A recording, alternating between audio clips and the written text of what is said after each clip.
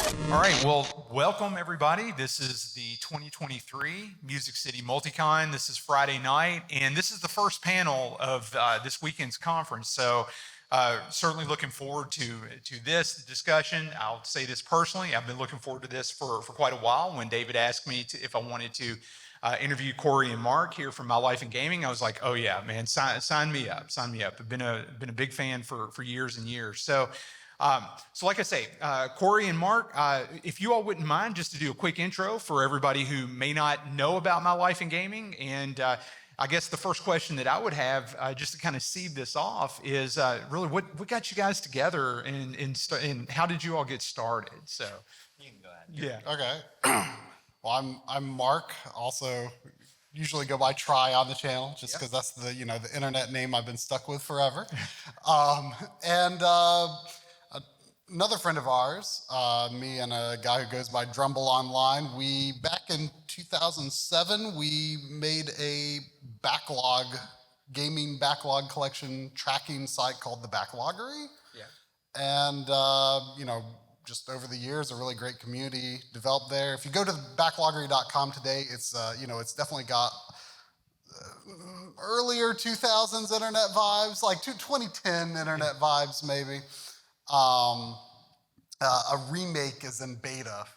It's been a long road, but yeah. So really great community there. Coury was a community member there, and at the time we were playing a lot of the same games. We were really into stuff like Uncharted and stuff like that. It was like PS3 generation, and we just kind of hit it off because we both worked in video production and post-production in our professional jobs. So we kind of just had that in common to just kind of get talking and become friends, and then eventually YouTube. Well, we spent a lot of time figuring out how to capture video to make it look good. Yeah. Using our video background for stuff like that, and I guess we just kind of bonded over that, and that's the thing that we're most known for these days. Is playing old games on new televisions and having it look good. But that was not the intention at all when we started out. We started out because we wanted to take good-looking footage and put it on VHS. Okay. And well, that's not that wasn't like the intent per se, but like before we even were like really seriously talking about doing a YouTube channel, Coury had found a whole bunch of uploads of the Game Players game tapes, which were this whole series of videotapes from this magazine, Game Players, and it was mostly NES games, or maybe entirely NES games. Just NES. And even though I don't remember those tapes from when I was growing up, like I got it right away, like where they've got these cheesy transitions, and the narrator like clearly is very confused about what he's reading.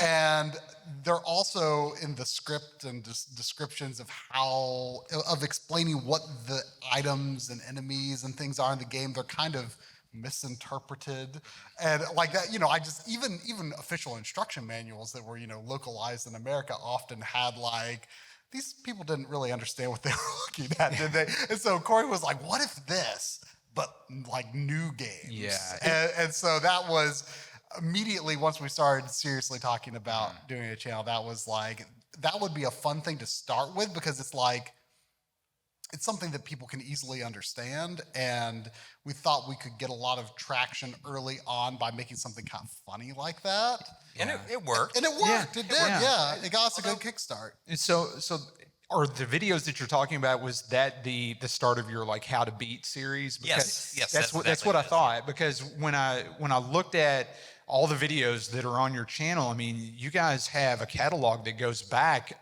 a decade now at this point. Yeah. And so I saw that those How to Beat series, mentioned some of the VHS tapes, and that just lines right up with what you're talking about there. Yeah. And so yeah, that's interesting that those are the oldest videos on your channel, and that's really kind of what you're talking about here. Well, they were really easy to make. Yeah. That's like a lot of the appeal of it. Yeah. Which is opposite of now. Opposite of Well, now. yeah. I yes. mean, the funny thing is, for a while there, like instead of like the RGB guys, that, Yeah. like people think of us as now, like we used to be the VHS guys, like the total opposite kind of. Like what's funny is we were actually hired to make a trailer for a game that if you saw, there was a game that came out from a developer called Secret Base recently, Double Dragon Gaiden. Okay. Before that, he did his own game in a very similar brawler format called it was rebranded later for consoles as Streets of Red, but initially it was released on Steam under the title Devil's Dare. Okay. And he actually hired us to make, like, he wanted like a really like 80s feeling VHS vibes trailer. Yeah. And so like it's funny that like we were actually approaching it. Like I remember thinking at the time, like, man, like, you know, like I wouldn't mind being known as the VHS guys. Yeah, it's like we can do that. And then we went too far. Yeah. I do like to think that we were kind of ahead of the curve in terms of like the VHS aesthetic being so prominent. Because, you know, we did these videos in a time before there were filters to make it look like VHS. So we had to output to VHS and then record it back. And then record it back. And still to this day, whenever I do something with a VHS look, I don't want to say effect because it's not an effect. You know, I like to do it for real. Export to VHS, re-import it, you know. Yeah. And I always get a kick out of when people say like, ooh, very nice VHS filter. And I'm like, it's not. It's not a filter. Yeah, no, it has a certain look, and it has a certain look. It has a certain warmth and a feel to it, and yeah, just the whole aesthetic it's just really pleasing. So yeah. I like it. I like it. So just out of curiosity, I mean, 10 years and your catalog is very diverse. I mean, how have you all chosen to kind of steer the content on the channel over the years? Because I mean, you've invested a lot of time in like the How to Beat series, the RGB Master Class series, and things like that. Really, how did you all land on those? I mean, the How to Beat stuff was initially a one-off. Like Okay. we were just made this video because it was something we were interested in. Yeah. And I think it just people responded to it very strongly. You mean RGB video? I think it's a VHS. Well, either one, really. Well, the Yeah, VHS, yeah, we either like one. intended to have several of those, but the RGB video, I think that's what you're talking about. Right? Yeah. That I one mean, was a one-off. It's just we changed course like after that RGB video. Was the reaction to that strong that Oh, you all felt 100%. that It it's was- like we've got to change, we've got to invest in this content. Yeah, well, it Right. wasn't like change course, but it was like, yeah, we should do more of this. Okay. Because like at the time, like so many people know about all this stuff now, but at the time, you know, it took us a long time to understand this stuff. We were looking at websites and forums and Just stuff. like a wall of text. And it's like overwhelming. And it's like there was this one website called Hazard City, run by a German guy, and a lot of this information was coming out of Europe at the time. I think because like they already knew what RGB was because they had Right. SCART They on had their SCART, TVs. yes. Yep. And we were looking at this stuff and we're like, I don't even like. There's got to be a step here he's not telling us about because these consoles can't. They can't output that quality from the original console. Like Yeah. you only get that look with emulation or something. And Yeah. we're like, we almost didn't even believe it. And Yeah. it took us a long time to understand, like, what do we need to get this? Yeah. And so yeah, it took us a while to learn that, and then we just were excited to share, like, hey, look at this cool thing we can do with original consoles. And I think that surprised a lot of people, and we presented it in a way that was for dummies like us. Because it was mostly, in these forums, it was techies talking to other techies. And a lot of the information was kind of obfuscated by that. Yeah, So yeah. I always like to say dumbing it down to our level, you know? And I think that's what made a lot of our content accessible for people. I think a lot of it is like, the more I look back on it, I think it was very much complete luck of being in the right place at the right time. That's fair. Just making that, and it like, there was not a lot of information out there. Like nobody was doing video. Yes. And like Retro RGB was a website only at the time. Website only at the time. So by putting this into a video form in a way that people could just rewatch and follow, and with easy to understand information, it just clicked with a lot of people. Yeah, it certainly clicked with me because I have, I think I've told both of you on separate occasions here before we started. I mean, I've watched the entirety of the 100, 200, and 300 series masterclass probably 3, maybe 4 times. Is start to finish, and I take notes as I watch the videos, and I've compiled a lot of notes, and it's interesting. You know, I look back on like the RGB 101 course, and that span, those videos span 4 years of content. And I think I noted here that the 200 series spans 3 years, and the 300 series, I mean, there's 23 videos in that span 8 years of content. Yeah, technically, it's still ongoing. A lot of people say like, oh, like I know that the RGB series is over, but it's like, no, it's not. It's not. And yeah, I looked, and the most recent video was 10 months ago. And so a lot of people may say, well, 10 months, that's a long time. But I look at how you all do the research, or how I envision you doing the research, and then the authoring for the video, and then the production, the recording, the production, everything. It has to take months to get a video, weeks to months to get a video out. I mean, it's you all have produced a lot of content. Well, feature creep. Yes. Video creep. Oh yeah. Yes. Is like a real problem, I think, with us, because if you look at those early ones, they're like consistently 12 minutes. Okay. And then, it's like 30 minutes, and then it's like maybe an hour. Yeah. And it's like we covered these details in this other video, so that means we have to cover the related details in these other in videos. Another video, yes. And it's also sometimes a moving target. Like right now, we've been working for a while on a preview of the RetroTink 4K. And but Mike is like constantly adding and changing stuff, like literally every day. Every day, I see firmware released every day, and I see him post on Twitter like constantly. Yeah, and it's like I don't know how anybody could create a tome about that hardware right now, because it's so in flux. I mean, you could make an entire YouTube channel based on all the things you could do with that. Like, there's things that I want to cover on that thing where I'm just gonna have to make more videos later. Because it's not gonna be. It can't be one video. It can't be one video. Especially with things changing so much. Yes. I mean, and there's things that last week he was saying, oh, I don't think this is possible, and then he just like suddenly has it working. And then it shows up on Twitter, and he posted on Twitter. And it's or X. It's amazing. Now he's making it so it can detect changes in resolution automatically. Yes. I mean, that's the story of the retro gaming community and the hardware community in general. And like Coury said, like we were in the right place at the right time. Like stuff was nothing like it is today, where it's just new stuff coming like crazy left and right. And I was going somewhere with that, and I lost my train of thought. Well, I think what I would say as a layperson who has watched a lot of your content is that, number one, you probably sold a lot of Framemeisters early on. Okay, I'll say that, number one. But it also begs the question of, some of that content, the industry moves forward from that content. And so, I mean, have you all considered going back and like retouching some of that to update We've it? done like follow-up videos, but we have like zero interest in redoing entire videos. Okay, fair enough.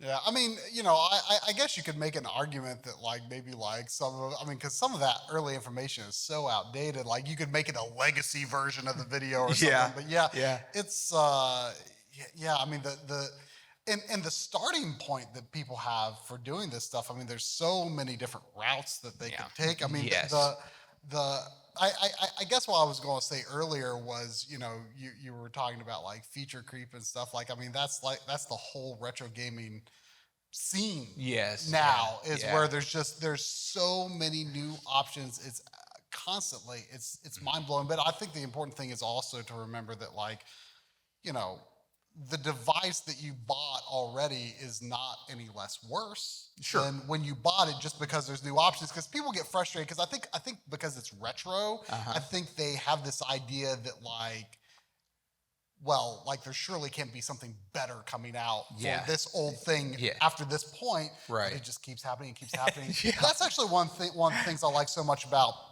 the RetroTink 4K, and could possibly be possible with other 4K upscalers, is that some of these earlier devices you've bought can interface with it in a way that actually brings them onto a more level playing field. This is actually what's fascinated me so much, because you've got say the AVS, which was a or still is an FPGA console that's much less expensive than say the analog, the analog FPGA consoles, yeah. or getting Yes. a Mister. Yeah. It only outputs 720. And more readily available because they're still making new ones. Right. That is Some more correct. just came out Yeah. recently. Yeah, Yeah. I saw the restock alert on that. Yeah, Yeah, it's a the announcement, great- a week or so ago. Yeah. It's a great system. No added lag to the input, so it's a great gameplay experience. But sure, the visuals could be better. But you can pre-scale that 720p to 240p, re-upscale to 4K. Yeah. You could do that with the AVS. You could do that with the NES Classic Edition. You could do that with an analog NT. You could do that with the high def NES. That's what they call the NES HDMI mod. You could do that with so many different things. So even though you've got these range of devices that have varying output qualities and varying features and varying price levels and levels of availability, when you get up to these kinds of scalars, all of these things remain extremely useful and can really actually be just as good as any other solution. So it's really interesting. Yeah, it doesn't mean that they're not good solutions. It just means that there's just more today. And you can, piggyback that onto other newer solutions. I can't wait until a scaler comes out that upscales to the size of that dome in Vegas. Oh yes. I can't wait. That would be amazing, wouldn't it? Just to see Mario jumping around and everything. It would. Yes, It's 16K or something like that. Yeah. It's the dome is something else. Yeah. So I'm sure something has to happen. So I've seen memes of the Death Star on it and things like that. Just waiting for that to come to pass. So out of curiosity, with the RGB Master Class getting such positive reviews, how have you all looked at how it steers your future content? Do you get a lot of suggestions from viewership All on the time, hey, do yeah. this, do that? I mean, does that change your approach to what you're going to work on? I mean, we always say, we're going to try to make this real quick and simple every single time, and Yeah. it never happens. And the thing is, people suggest things, think, why don't you do something on this? And it's well, we'd like to, but there's too much stuff to think about. There's no way we can get to everything. Yeah, I mean, I remember one of my coworkers at an old job, who didn't really understand gaming stuff much. And he said, "Well, you're doing retro games. Aren't you eventually going to run out of old games to talk about?" Oh my gosh. No. No. No. And that's I won't live long enough. Yeah. That's even if the community wasn't just producing crazy new stuff just Yeah. on a weekly basis. Yes. It's something new every week. Every week. And it's not just video quality related.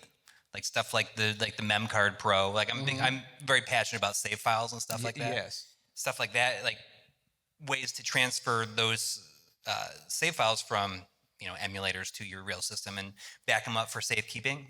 I love that kind of stuff because it's just these memories with these save files. It's something can't be replaced. Exactly. And I think it brings light to a certain part of the gaming experience that most people consider it's just gone. It's just lost and forgotten. Yeah, that save file or my progress on Zelda is as far away from me today as my original cartridge is. And so I'm sure they feel like there's no options there unless they are educated that there are actually options. Yeah. Yeah. And that's just one of many things Yes. that are coming out consistently. I mean, you know, it was really cool for me to like the way that you've put so much effort into figuring out how to like transfer saves between multiple different methods of play. Like it was so trippy for me to like load up like Final Fantasy VI on the Mister, and you know, there is my save file that I made, or 3 save files I made on a cartridge. Yeah. And you know, you had backed it up to, we've got this whole like database of like both of our saves, and like it's weird seeing that stuff like in all these different ways, but it's cool that you can do it today. It is. I mean, I will say that you all have definitely pushed the envelope on helping people to understand what's possible. Yeah. And then understanding how to at least educate themselves on where to go to start. Now, where they wind up, that's really on them, you know. But I will say that your content has been really good for that, and the production quality and the research on it and everything it's really second to none for the content that it is. So, well, I think one of the things that I always like to hear is when people say to us, "Oh, you really reignited my excitement for playing games." Yeah. And sometimes that doesn't just come down to playing the games themselves. It's, you know, the technology of how it works, and you can use that to fulfill other interests. Yeah. Like within that same scene. Yeah. Oh, yeah. There's no doubt. I mean, so just out of curiosity, I mean, you mentioned the Mister, you mentioned Analog's products and everything like that. Do you all see that is starting to represent a large portion of the community that you're interacting with?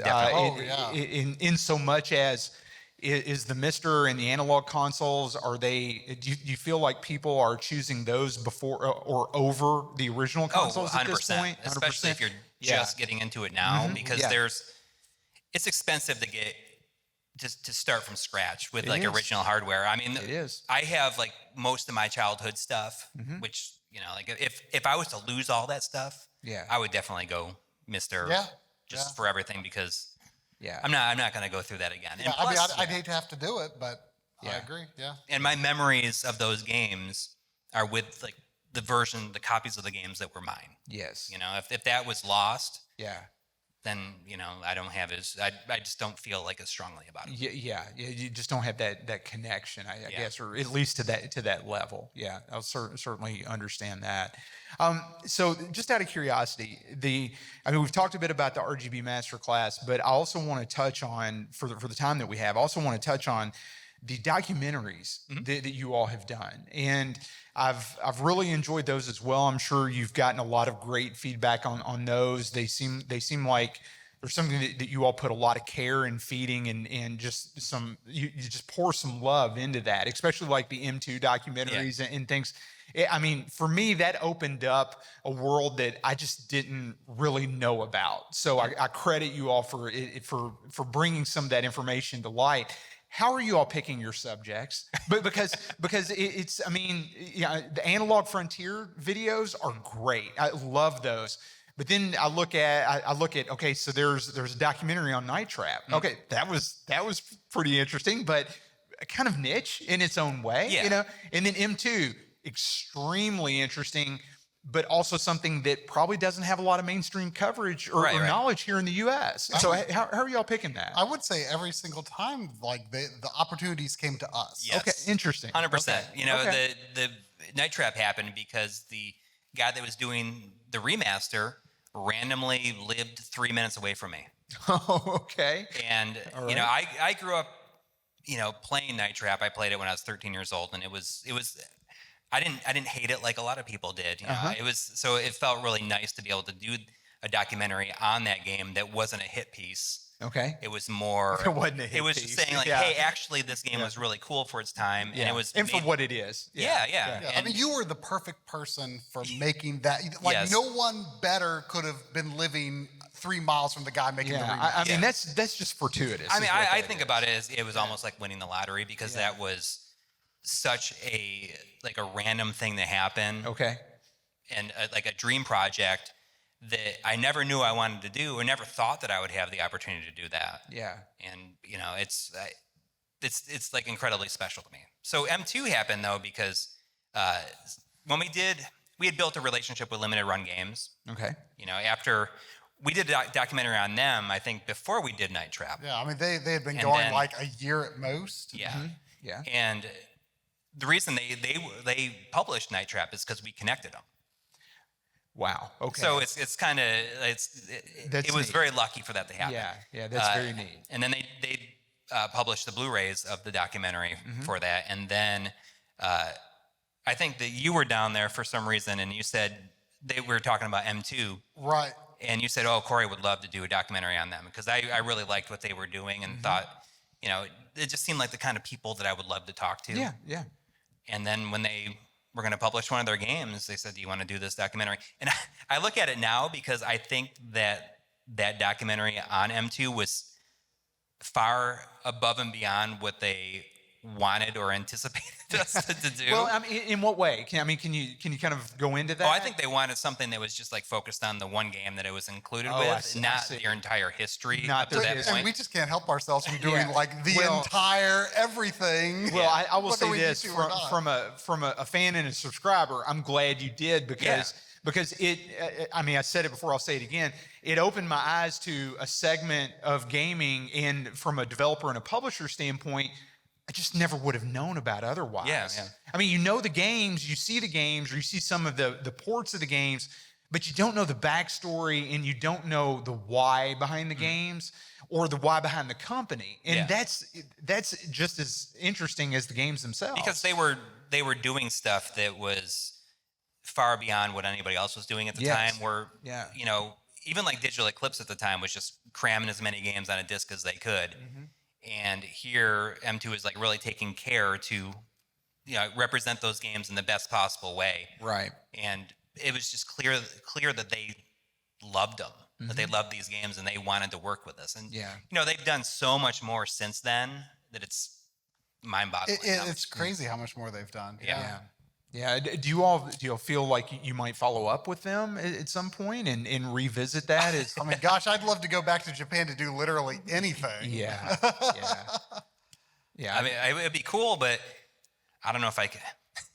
I don't know if their work is like as. I think that they might have too much stuff going on to put the kind of care into certain things. I mean, it's kind of funny because I mean, not to overly criticize, but I mean, you were talking about how Digital Eclipse was cramming a bunch of games on. And now they've gone the other way. And now Digital Eclipse is like, let's do a documentary on Karateka. Which is like one of the best things ever if you've ever played it. Like the making of Karateka, amazing. And but then like this was right before they started doing like the Genesis Mini. They did the Genesis Mini and the TurboGrafx Mini Yeah. and stuff like that. Yeah. And M2 is still doing excellent work for Yes. sure, but you do maybe get the sense that they're overwhelmed by their own success. Yeah. I can relate to that. Yeah. Oh, yeah. For sure. And I guess that's a good problem to have. But Yeah. But I can believe that because just in watching the documentaries and thinking back on it,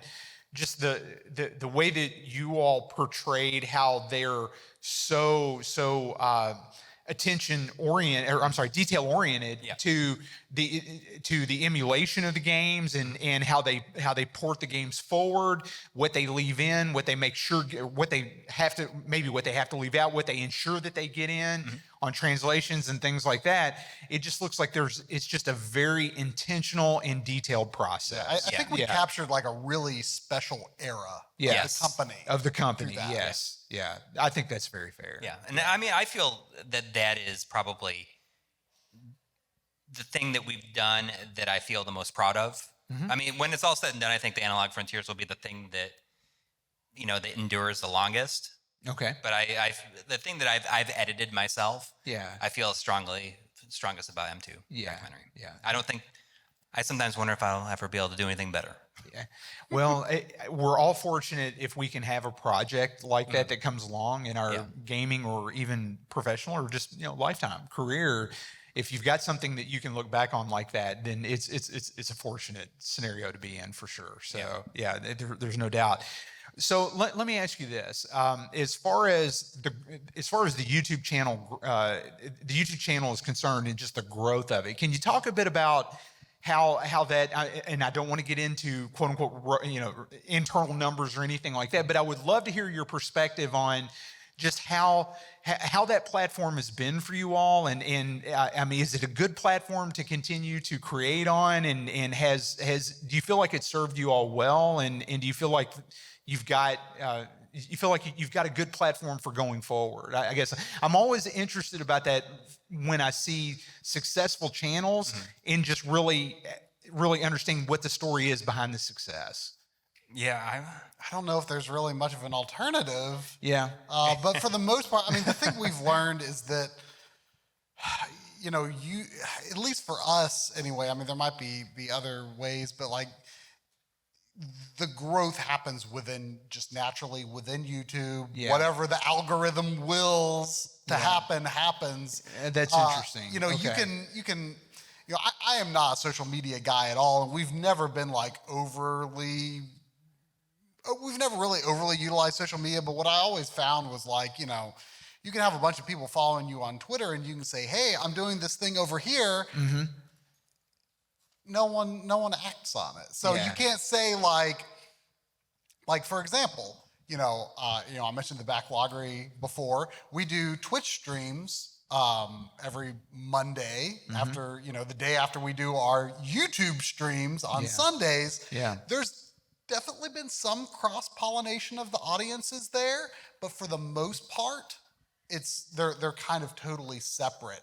There's definitely people who have the backloggery community is the stream watching community there is much smaller. So even though I say all the time, hey, I do this stream on Mondays, there actually are like a handful of regulars on the backloggery streams that started watching MLeague streams. Mm-hmm. But we probably get like 40 concurrent viewers on the backloggery streams, whereas we probably have like at any given time, like 300 concurrent? Like 300 or 500 like weekly. Yeah. So, I mean, it's just, the growth is going to happen within the platform you're on. That's what we find. You can't really, I don't want to say force, yeah. Yeah, you can tell people all you like about this other thing you're doing, and only a small portion are actually going to follow through on that. That's interesting because, I mean, you think about it, it's like if you let yourself, you would spend time on Facebook, you'd spend time on Twitter or X, or you'd spend time on Twitch, you'd spend time on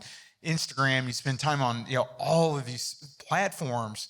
And I've just always been curious as to what's been the secret sauce. Well, I mean, suddenly, if you're doing all that stuff, it becomes a full-time job in addition to like actually making the video. Yes, it does. I do think that our weekly live stream has been huge for us. Yeah. We've been extremely consistent on that over like 8 or 9 years. You know, I think that we've missed probably less than 20 Sundays, like this coming Sunday. Yeah. Because we'll be traveling. Yeah, but I mean, we maybe miss like 1 or 2 a year. If that. Yeah. So, I mean, I think that has been a huge boon to us. Especially at times where it's taking a long time to make some of the content that we're editing. It at least puts our faces in front of people. And a lot of people are like, oh, why do you stream on YouTube instead of Twitch? And it's just like, again, that's where the audience is. We tried starting off streaming on Twitch. Yeah. But again, no matter how loud you shout, hey, I'm doing this thing over there, if it's not where your audience is, they're not going to find you. They're not going to find you. It might be easier now, but I guarantee it 2015, still wouldn't be. It wasn't. Yeah. It still wouldn't be the numbers. And, I think people are just looking for different things on different platforms, like the backloggery Twitch audience. Like, I'm only allowed to talk tech stuff for so long on those streams. People were like,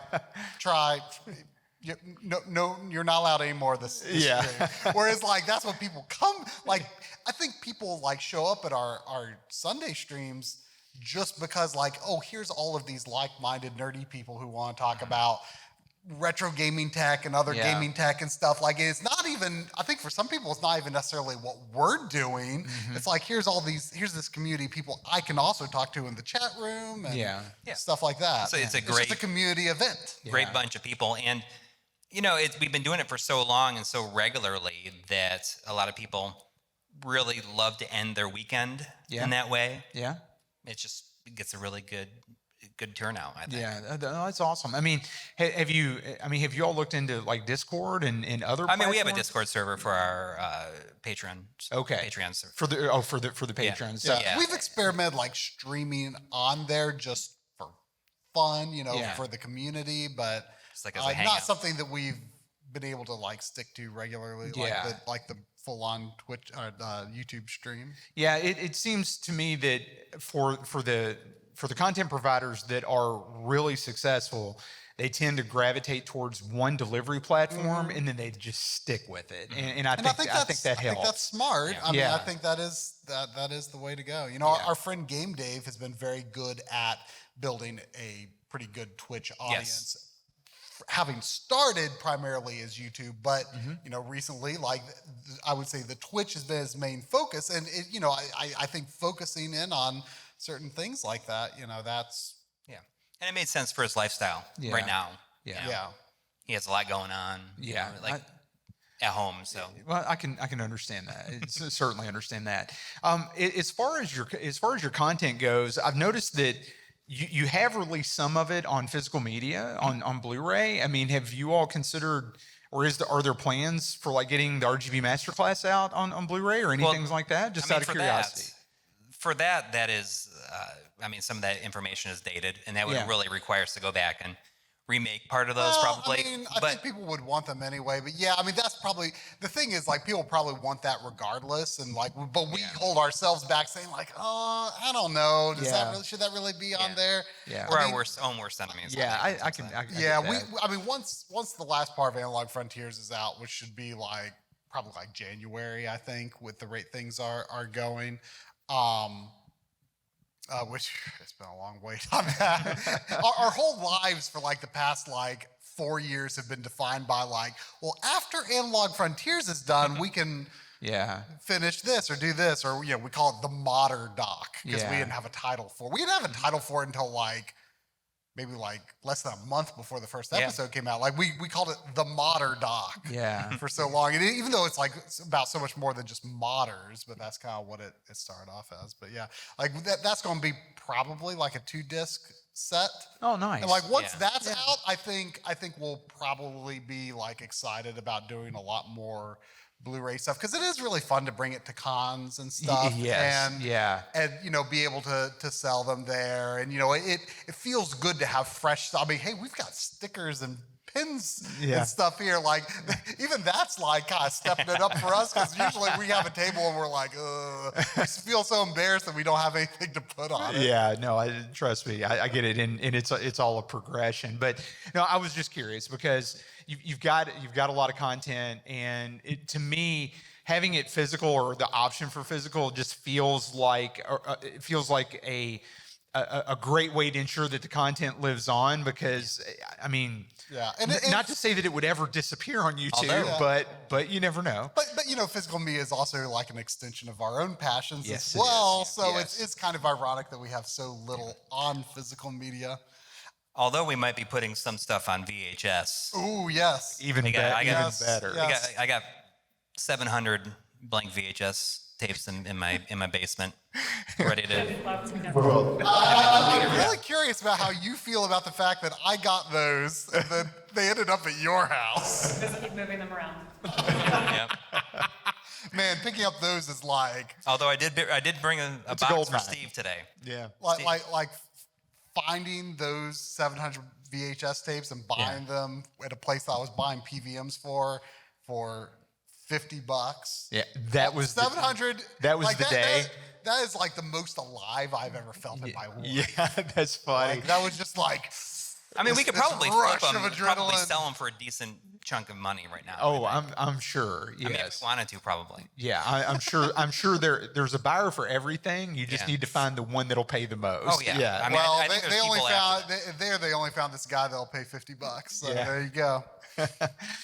So, just out of curiosity, you mentioned PVMs, and that's I guess a subject that maybe it's a bit polarizing, maybe not. I guess depending upon who you talk to, as far as whether somebody may say, "Well, I would never spend all that money," because they command so much money today. Now they do, yeah. Now Yeah, they do. yeah. I mean, when we Yeah, got them, they were either free or like real cheap. yeah. The I most I've ever spent on one was like $350, and that Yeah. was like an ultra high end one. So Yeah. I'm lucky I got the one. It sells for like $3,500 now. Yes, yes. No, I'm very fortunate. I've got three, and I got all of mine at a very good time, at a very good price. So, but I'm just kind of curious, for the part of the audience, I guess, or the part of the gaming community that doesn't use them and things like that are using flat panels or 4K TVs and everything. Are you all finding that you're still gravitating towards those PVMs? Are you finding that the newer displays are actually good enough? I'm just kind of curious as to what your opinion is on your own setup. So, I mean, as far as where you'll wind up going with them. It'll be very interesting to see how big of an impact the RetroTink 4K has. And that's, I guess that's a Because backhanded question. Well, it does right such there. a good job of making, like with combining like HDR, like Yeah. when TVs that are capable, like it makes it look so close to the real thing that I could see it just being an easy replacement for a lot of people that don't have anything. I think the other big thing is also black frame insertion. That's starting to become a thing on, especially OLED TVs, but the RetroTink has its own version for TVs that don't have it, and black frame insertion is basically, it blanks the image between frames in the same way that CRT just naturally works, or the same way that like an old film projector blanks the frame so that you don't see the film strip actually moving, right? yeah. That's what creates that illusion of sharp motion, because the blur we see on like modern TVs is actually like a trick of the eye. Yeah. And how our eyes track motion. And I think that actually is kind of that, combined with stuff like the RetroTink 4K coming along, and the fact that you can upscale in 4K and recreate some of those mask effects and stuff like that, in addition to the scan lines, it looks like a mid-range PVM, like, or it could look like an even higher. I mean, that's actually that's just my settings. Sure, Like yeah. you could make it look like even more of a high-end PVM. Like I just kind of like the mid-range look, because it has just a little bit of that sort of, I like to call it like sort of a crunchier look to it, but it's still like, but you can also do like more of a consumer TV look and stuff like that. And like, I feel like those things combined, like we are so close to having almost Yes. none of the downsides of modern displays and taking all of the upsides of CRTs there. Yeah. It's not maybe 100% there, but it's like 99% there. It feels like that gap just gets smaller every year as the scalars progress and everything. Yeah. So really, the CRT stuff is really, I think it's important to preserve it as long as we can, and to enjoy it for as long as we can. But for people who are, again, starting at a place where they don't have this stuff, like that's going to be so expensive for a lot of people to get. It's a barrier of entry. I mean, we just call it for what it is. Starting with some of these newer options is going to get you 99% of the way there. And hey, it's actually going to be bigger on your OLED TV than it is on like a 19-inch tube. So. Yeah. Well, I'm curious. We're close to time, and I do want to make sure that we have a few minutes for audience questions. But one thing I did want to ask, and I feel like this is something that not only I have an interest in, but I hope that the folks that would be watching this video would have an interest in as well. What advice could you give to a budding content creator that may want to get started in making their own YouTube channel, or making any type of content, retro or otherwise? I mean, you all noted that you both have video production skills as part of I guess I'll quotey fingers your day job.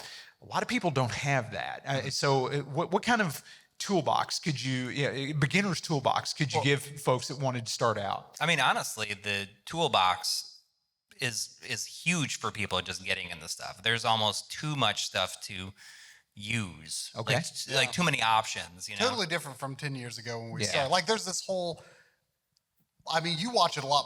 You're much better at watching it than I am, but there's this whole genre of like filmmaker YouTube or just like video production YouTube that to my knowledge didn't exist in the way that it does today. Like there's so many it's like resources for you everything is- learning about that stuff. And I think at the time that we started, like we kind of used that as like almost a gimmick. Like, hey, we have video production background. Our stuff doesn't look like most of the stuff you see on YouTube now. Now there's so many people making beautiful looking stuff on YouTube. I mean, sometimes I think our stuff is, falling behind maybe. I don't know. Oh, in a lot of ways, yes, for sure. I just think that there's, just built into their phones. Yeah. There's like apps to do anything that they want to do. And now like you can, like with new versions of like the iPad and iPhone, you can like run a capture card directly into it if you want to. Mm-hmm. It's insane. Yeah. But there's also like the mantra of, it's not the tools, but how you use them. Yes. So you can make do with, fairly inexpensive stuff as long as you use them well. Like I always like to tell people like, hey, just buy like a $50 or $80 pair of like softbox lights on Amazon. Like you don't have to invest a lot in that to make your content look so much better, and then learn how to use those lights properly. You don't need to buy like, $400, $500 lights, to do this stuff. You can. Yeah. And we have at times. Yeah. But, you can also get by with some cheap stuff and do some pretty good stuff with it. I think the best piece of advice though, and something that we could probably stand to follow more closely ourselves is done is better than perfect. Yeah. Yes. Because no matter how perfect you think a video is, when you spend a lot of time to release it, like in 2 years, you'll be like, oh, I see this problem with it. I see that problem with it. It wasn't as good as I remember it being. It's just important to, try to do what you can each time. And then if you don't succeed, then try it again in the next one. Yeah. Try to just always be pushing forward It's just and doing important like something new. to get it out there. Yeah. Yeah. No, that's good. I appreciate that. Thank you. Anybody in the audience have any questions you'd like to ask Coury and Marc? Most of this audience is friends and family. Oh, well, then that's Here's the the best. first panel of the con. That's the best audience ever. I got a question. Yes, sir. There's some conspicuous holes in your RGB Master Class. I just want to know if there's any chance that we might get like a Wii video or a Dreamcast video. I don't know. Is that just something that's like rattling around? Just let me know. I mean, that's a solid, fair question It is. because So, we hear it. yeah, because all I mean, the time. Original Xbox. It's original.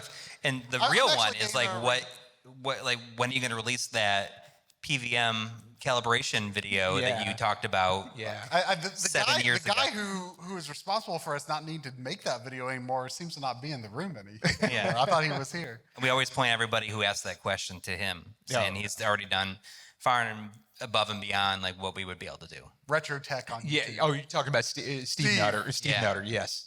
100%. Now he will have a panel here, I think, tomorrow. So yeah, he always does a great job with that. So no, I mean that is a good question because watching through the videos, I mean the Wii definitely comes to mind. The that TurboGrafx was something 16 that I comes to thought I mind. would have made I by mean, now. good would consoles. Be a Wii video. I really want to get around to that. Yeah. We teased like it was maybe 2 years ago or no.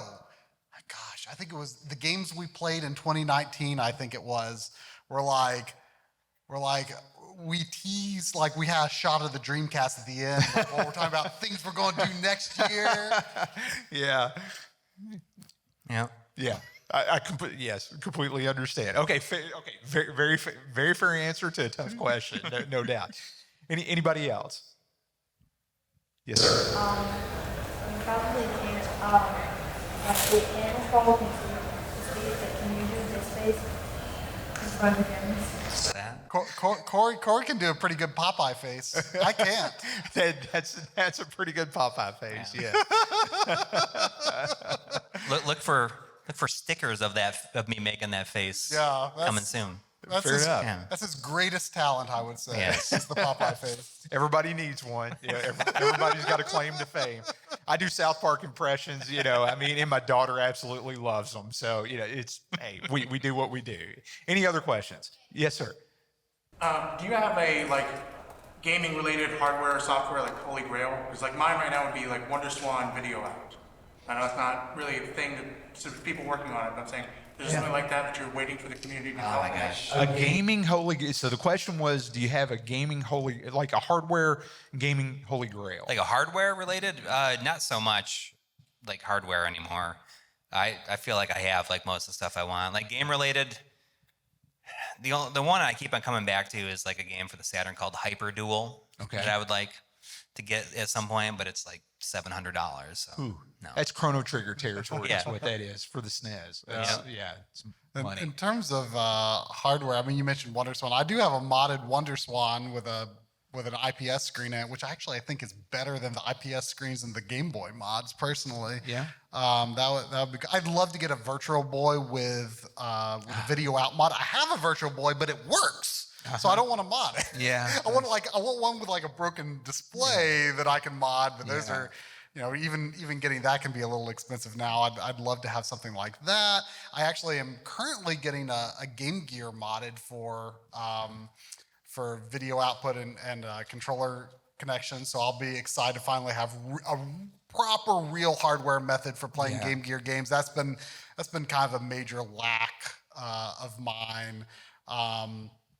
But in terms of other stuff that I don't have, like CDI and Jaguar and 3DO, I don't need them. Yeah. I don't need them. I wouldn't say no to a CDI or a Jaguar. I do have a 3DO, but I wouldn't say no to them. I'm not going to go out of my way to get them. No, they I seem understand. cool, but I don't personally need them. Yeah. And And it's yet another console library to just go down the rabbit hole with. There's no doubt. And there's enough of that. Yes. There's enough of that. Okay, any other questions? No. All right.